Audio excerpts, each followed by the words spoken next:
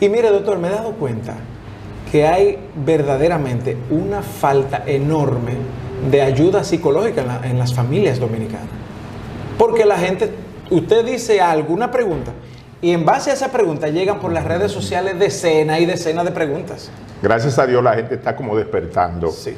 a esa necesidad de que antes estaban un poquito menos evidentes de la pandemia. Yo creo que la pandemia despertó la necesidad de educación emocional, de salud mental. Yo creo que fue el momento en que la gente miró hacia adentro, miró hacia sus impulsos, hacia sus traumas, hacia las relaciones, Sí. porque antes íbamos tan rápido que Íbamos no. muy rápido, ¿verdad? Sí, no, el virus le debemos el juntarnos, Y esa pausa. el juntarnos como familia, y juntarnos con nosotros mismos. porque cesó todo lo demás y no había opción y era en el mundo. Sí. Porque si todavía, si nos deja un sitio para donde irnos, Así nos vamos. pero ¿para dónde íbamos? Entonces, partiendo de ese comentario que usted hace, en el tema familiar, ¿qué pasa cuando vamos tan rápido? ¿Qué pasó en cuarentena? Que las familias se reencontraron. Y entonces salió a la luz, salió a flote lo malo y lo bueno. Porque no vamos a decir que todo era malo. Mira, ¿Qué pasó? hay como 3 variables que definen un clima familiar saludable, que tienen que ver con el amor, el tiempo y la comunicación. Esas 3 cosas requieren como una presencia, como un esfuerzo, como un liderazgo de alguien que lo tenga pensado y suscite que haya una buena relación de pareja, que haya una relación padre-hijo y que haya una relación entre los hermanos. Eso es el amor en familia, esa vinculación, ese tipo de intercambio de mirada, de palabra, de roce, de cercanía, de trato. Eso es el amor. Correcto. Lo cotidiano. Entonces, eso hay que hacerlo en un tiempo. Sí. Eso no se puede hacer corriendo. Pero ese tiempo no existía. No, porque la gente fue, sin darse cuenta, dejándose distraer por el trabajo, por los hobbies, por el ejercicio. Hay muchísimas cosas muy loables, Sí. muy sanas, que por momentos hacen que usted no establezca prioridades. Correcto. Entonces hay gente que en un afán del yo se despegó del nosotros. Entonces ya todo el mundo en una casa entiende que tiene unos derechos. Y en función de esos derechos, uno se olvida de unos deberes. Todos los derechos están asociados a un deber. Exacto. Yo tengo derecho a tener unos hijos, pero eso genera el deber de criarlos, capacitarlos, orientarlos, cuidarlos. Entonces generalmente la gente quiere los derechos sin deberes. Y eso ha acarreado una situación de irresponsabilidad. Correcto. Cuando todos nos hacemos responsables de ese clima familiar, entonces es que verdaderamente se da una dinámica sanadora de abundancia. La pandemia reveló lo que nosotros éramos. Ella no trajo nada, simplemente puso en evidencia lo que había ahí. Exacto. Donde habían vínculos, donde habían gente sincera participando, donde había gente honesta, enfocada. Todo fluyó normal. Entonces ahora tú te los encuentras muchísimos pacientes. Doctor, nos salvó la pandemia. Ajá. Mire, porque antes no teníamos tiempo. Este ha sido el mejor tiempo de nuestra relación, porque cesaron todos esos estreses, todas esas cosas, trabajando desde la casa. Y otro, el mismo escenario. Yo no sabía con el monstruo que vivía. Hasta que nos vimos. Hasta que tuvimos que vernos 24/7 en unos escenarios en los cuales no se podía disimular. Porque la gente hacía un ejercicio anterior a la pandemia de no llegar. Exacto. Entonces estaban llenos los drinks, los colmadones, la banca.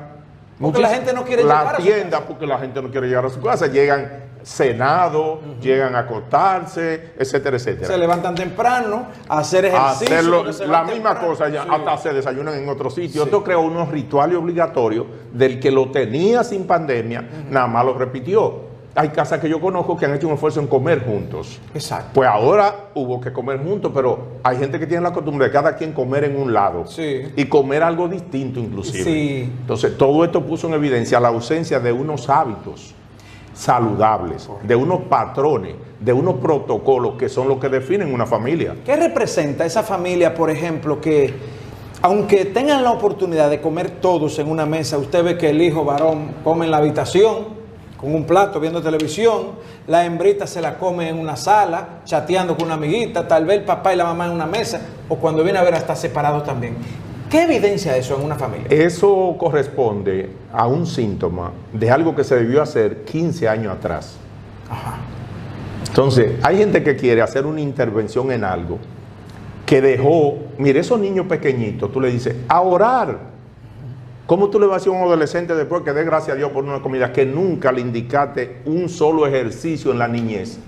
De comer en una mesa, de orar, de tener una sobremesa donde se comunican algunos temas, relax, Sí. donde usted se para y dice buen provecho, donde usted se para y hasta friega su plato. Entonces, eso debió empezar en un inicio cuando se están instalando hábitos de convivencia. No cuando ya toda esta gente tiene una serie de tendencias. Entonces, ahí se tiene que hacer, puntualizando que yo no lo hice antes y a veces se necesita una terapia familiar, donde interviene alguien más de fuera que puede pautar algunas cosas sin el sentimiento, Exacto. sin el resentimiento, sin el dolor que se ha acumulado en el tiempo. Exacto. El liderazgo de padre y madre tiene que sembrarse. Con tiempo. Sí. Si no se siembra, no se cosecha. Y la adolescencia no es momento para cosechar lo que usted no sembró en la niñez. Esos niños, observa cómo nuestros hijos, en un buen dominicano, se van dañando Se van dañando. hasta en el colegio. Es verdad. Tú ves esos niñitos que la profe decía, tan lindo, tía, permiso. Sí. Después tienen estos adolescentes en secundaria que no hay quien pueda con ellos. Sí. ¿Qué pasó en ese interín? Que había que instalar unos hábitos, unos chips, en un momento X. Y esos hábitos instalados son los que convierten a ese muchacho, a esa muchacha en persona educada, sensata, madura. Que yo conozco muchos adolescentes que su padre es una cosa, ellos le dan lecciones a su padre. Sí. Ellos, hasta en las empresas y la cosa, papi, y es bueno que nos organicemos en esto, tú lo ves respetuoso de su papá, tratan temas en el lugar adecuado, en la forma adecuada. Es más, hijos así tú no sabes que son hijos tuyos en los lugares que están, porque son tan sensatos que hasta ellos te dicen, papi, no te mencionando mucho que tú eres mi papá, ni no quiero que se llegue a pensar que mi participación es porque yo soy hijo tuyo, permíteme ser, ganarme mi espacio. Inclusive ahí que le dicen el hijo de fulano, y dicen, papi, prefería que me digan mi nombre. Exacto. Para establecer como mi identidad. No ir siempre como bajo esa sombrilla. Sí. Pero tú le notes esa sensatez a ese muchacho que te dice, papi, me gustaría que me tratara como cualquier otra gente en ese ámbito. Voy a hacer mi horario, voy a cumplir con... Y que mi mérito no sea por ser tu hijo, sino por lo que yo soy capaz de hacer.